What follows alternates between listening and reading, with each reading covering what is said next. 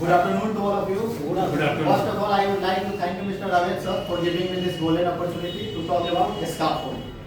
तो आज हम जानेंगे स्काफोल्ड क्या होता है और इसके बनाने का पर्पस क्या होता है, मतलब इसका मकसद क्या होता है स्काफोल्ड बनाने का। तो आइए सबसे पहले हम जानेंगे स्काफोल्ड का डेफिनेशन किस तरह हम बोलेंगे। स्काफोल्ड का डेफिनेशन क्या होगा? Scaffold is a temporary structure that is used for working at height और एक्सरसाइज एट हाइट। स्काफोल्ड एक अस्थायी ढांचा है जिसका इस्तेमाल हम लोग करते हैं ऊंचाइयों पे काम करने के लिए। और स्काफोल्ड में कुछ जनरल हजार्ड होते हैं। हजार्ड हम जानेंगे लाइन बाई लाइन। तो जो फर्स्ट हजार्ड हो गया वो होता है fall of portion from the scaffold. कोई भी वर्कर काम कर रहा है स्काफोल्ड के ऊपर, उसका गिरने का खतरा रहता है, तो ये भी एक हजार्ड के अंतर्गत में आता है। और इसका अब हम जानेंगे इसका कंट्रोल में इस हजार्ड से हम लोग कैसे बच सकते हैं। तो इसके लिए हम लोग नॉर्मली यूज करते हैं रेलिंग सिस्टम का। जैसे यहाँ पे देखिए ये मैंने बनाया है मॉडल, सर हम लोग मॉडल दिए बनाने के लिए। तो इसमें हम यूज किए हैं मिड रेल और टॉप रेल। मिड रेल जो होता है इसका हाइट जो होता है ये प्लेटफॉर्म से 1/2 मीटर की दूरी पे होता है, और टॉप रेल का हाइट होता है 1 मीटर की दूरी पे होता है प्लेटफॉर्म से। तो इसका यूज कर हम लोग जो ये फर्स्ट हजार्ड था तो हमारा work fall of worker from the scaffold, इस हजार्ड से हम लोग बच सकते हैं। और एक चीज़ हम लोग यूज करते हैं जो भी उसका पीपी है, जैसे वर्कर को ऊंचाई पे काम करने के लिए फुल बॉडी हार्नेस लगता है, हेलमेट लगता है, इन पीपी को प्रोवाइड करवाएंगे हम लोग। तो फर्स्ट हजार्ड हो गया। अब आइए हम जानेंगे नेक्स्ट हजार्ड। नेक्स्ट हजार्ड हो गया fall of object from the scaffold. कोई भी ऑब्जेक्ट है ऊपर, जाहिर सा बात है कि ऊपर काम रहे तो कुछ ना कुछ मटेरियल रखाया ही होगा, तो उनके गिरने का चांसेस होता है। तो ये भी एक हजार्ड के श्रेणी में आता है। तो उस हजार्ड से हम लोग बचने के लिए क्या करते हैं, तो हम लोग यूज करते हैं टो बोर्ड का। टो बोर्ड जैसे देखिए यहाँ पे मैंने लगाया है टो बोर्ड। इससे क्या होता है कि जो भी हमारे ऊपर इस प्लेटफॉर्म के ऊपर जो भी लूज मटेरियल रखा हो वो गिरने से ये बचाता है, उसको नहीं गिरने। या आप वायरिंग सिस्टम या रोप सिस्टम बोल सकते हैं, उसका भी यूज करके हम लोग इस हजार्ड से बच सकते हैं। अब जो थर्ड हजार्ड हो गया वो हो गया इलेक्ट्रिक्यूशन। स्काफोल्ड पे अगर मान लीजिए यहाँ पे कोई वर्कर काम कर रहा है, अगर यहाँ से कोई इलेक्ट्रिक वायर गुजर रहा है तो वो भी एक खतरा के श्रेणी में ही आता है। अगर सब इमेजिन कीजिए आप कि अगर उसके हाथ या कोई भी ऑब्जेक्ट उठा रहा है उस पर अगर टच होता है वायर में तो कितना बड़ा एक्सीडेंट हो सकता है। तो इसलिए इसको भी हजार्ड के श्रेणी में रखा गया है। तो इस हजार्ड से बचने के लिए हम लोग नॉर्मली क्या करेंगे, अगर कोई भी वर्कर उसके ऊपर काम कर रहा है तो सबसे पहले उसके ये देखें जहाँ तक उसका हाथ जा रहा है उससे 5 मीटर की दूरी पे वायर को लगाइए। 5 मीटर की दूरी पे वायर होना चाहिए कम से कम। अगर ये पॉसिबल नहीं, अगर पॉसिबल है इलेक्ट्रिक कटआउट करवाने का, कट अगर करवा सकते हैं तो उसको इलेक्ट्रिक को कटआउट करवा दीजिए, या वायर हटवा सकते हैं तो वायर को हटवा दीजिए वहाँ से। अगर इससे भी नहीं हो पाता है तो इंसुलेटर कवर आता है। इंसुलेटर मतलब कवर जो उसमें इलेक्ट्रिक पास नहीं होता है, उस कवर से हम लोग वायर को कवर करेंगे। तो ये हो गया हमारा थर्ड हजार्ड। अब जो फोर्थ हजार्ड हो जाएगा वो हो जाएगा स्काफोल्ड कोलैप्स। स्काफोल्ड कोलैप्स होने का भी खतरा होता है। जैसे अगर मान लीजिए सपोज हम लोग स्काफोल्ड इरेक्ट करना है जहाँ पे भी, अगर वहाँ पे हम लोग स्काफोल्ड इरेक्ट करने से पहले मिट्टी उस एरिया को जांच नहीं करते, इंस्पेक्शन नहीं किए हैं, तो अगर वहाँ का मिट्टी अगर मतलब उतना कैपेसिटी नहीं रखी अपने आप में, उतना उस एरिया में कैपेसिटी नहीं है इसका लोड रखने का, तो स्काफोल्ड कोलैप्स हो सकता है। तो इससे बचने के लिए हम क्या करेंगे, इस हजार्ड से बचने के लिए हम लोग सबसे पहले जिस एरिया में भी स्काफोल्ड इरेक्ट करना हो तो वहाँ पे कोई अच्छे स्काफोल्ड कॉम्पिटेंट पर्सन जो होता है उससे अच्छे से इंस्पेक्शन करवाएंगे। अगर वो एरिया इंस्पेक्ट करेगा, अगर वो एरिया अच्छा होगा, उसका जो एरिया उतना लोड रखने की कैपेसिटी अपने आप में रखती हो, क्योंकि लोड में भी बहुत सारा लोड हो जाएगा, जो स्काफोल्ड का लोड होता है ये भी हो जाएगा, उसके ऊपर जो वर्कर काम करेंगे चढ़कर उन लोगों का भी लोड हो जाता है।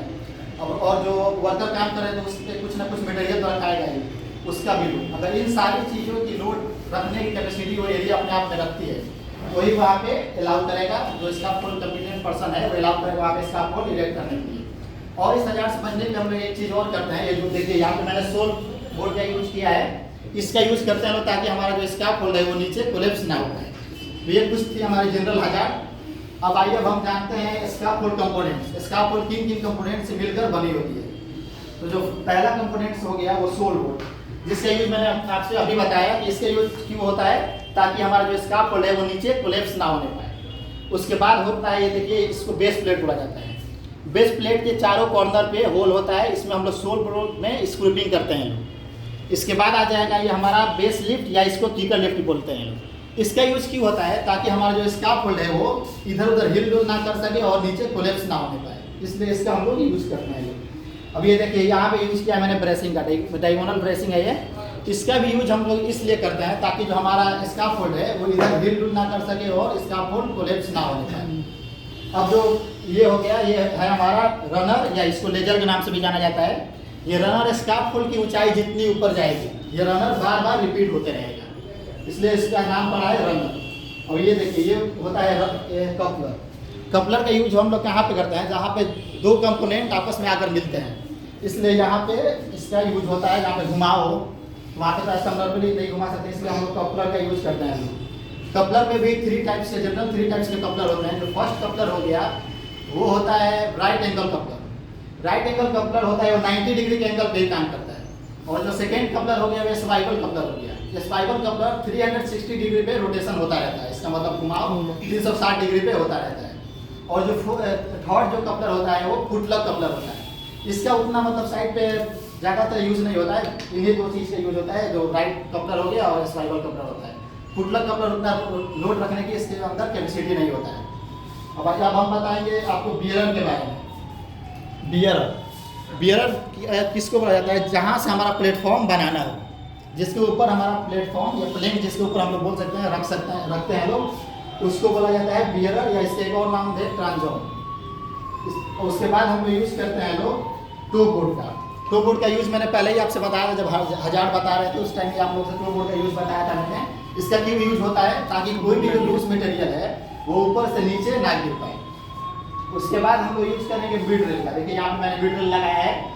इसका यूज होता है अगर कोई वर्कर काम कर रहा है अगर वो मतलब उसको गिरने नहीं देता, इसलिए इसका यूज हम लोग बीड ड्रिल का यूज करते हैं। इसके बाद लगाते हैं लोग टॉप रेल। टॉप रेल का भी यूज इसलिए हम लोग करते हैं ताकि कोई भी वर्कर ना गिर पाए। बीड रेल का जो हाइट होता है वो प्लेटफॉर्म से 1/2 मीटर की दूरी पे, आप बोल सकते हैं 1/2 मीटर की दूरी पे इसको लगाया जाता है। और जो टॉप रेल हो गया वो 1 मीटर की दूरी पे होता है। और ये अब हम बताएंगे आप लोग को टैग क्या होता है। स्काफोल्ड में 3 तरह के टैग होते हैं, रेड टैग और येलो टैग और ग्रीन टैग। तो जो रेड टैग होता है वो मतलब उसका तब यूज करते हैं लोग जब हम लोग का स्काफोल्ड काम करने के लायक नहीं है, अभी बनता है तो बोल सकते हैं प्रोसेस में या काम करने के लायक वो नहीं है, सुरक्षित नहीं है। उसके बाद हम लोग येलो टैग का यूज करते हैं लोग कि अभी मतलब ये खड़ा तो हो गया लेकिन इसमें कहीं ना कुछ कमी रह गया है, उसको भी हम लोग अभी यूज लायक वो नहीं होता, वहाँ पे हम लोग येलो टैग का इस्तेमाल करते हैं। और ये देखिए यहाँ पे मैंने लगाया है ग्रीन टैग, इस पर लिखा है सेफ फॉर यूज, मतलब ये स्काफोल्ड जो है वो यूज के लिए सुरक्षित है, इस पर आप चढ़कर काम कर सकते हैं लोग। देखिए ये हो गया लेडर।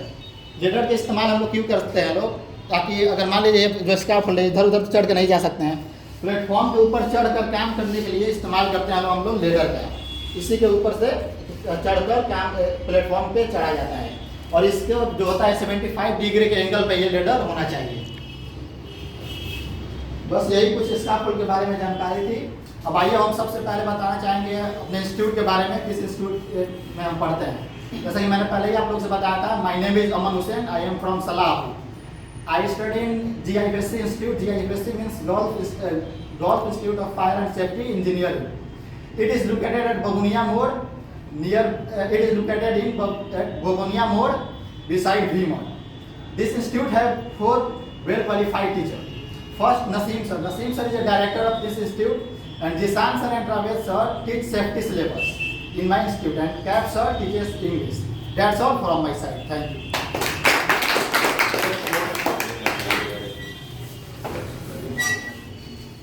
फोटो ले लीजिए उनका अलग से खड़े करके।